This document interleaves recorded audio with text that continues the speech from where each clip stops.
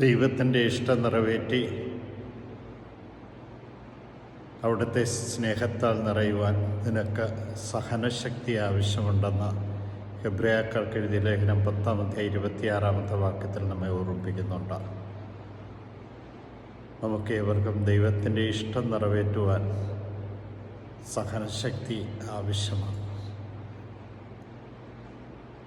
ക്രിസ്തുവിനെ നിന്നിൽ രൂപപ്പെടുത്തുവാൻ ഈറ്റുനോവ് അനുഭവിച്ചേ മതിയാകുമെന്ന് പൗലോസ് അപ്പോസ്തലൻ നമ്മെ ഓർമ്മിപ്പിക്കുന്നുണ്ട്. ക്രിസ്തു നമുക്ക് രക്ഷ നൽകുവാൻ കുരിശിൽ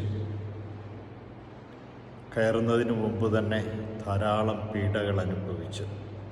കുരിശും ചുമന്നുകൊണ്ടുള്ള അവൻ്റെ യാത്ര, കുരിശിൽ 3 ആണികളിൽ തൂങ്ങിക്കിടന്നുകൊണ്ട് മരണം, അവൻ ഒരുപാട് സഹിച്ചുകൊണ്ട് നമുക്ക് രക്ഷ നൽകി.